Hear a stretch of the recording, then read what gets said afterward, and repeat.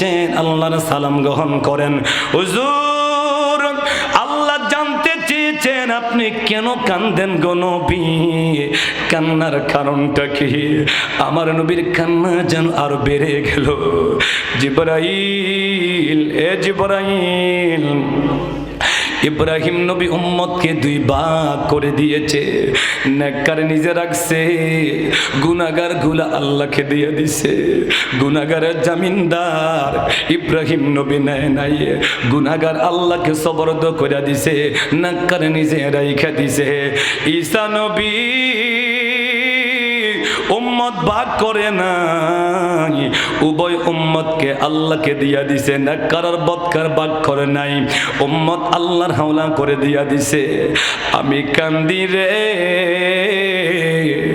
আমার উম্মত আমি নবী ভাগ করতে পারবো না, আলাদা করতে পারবো না।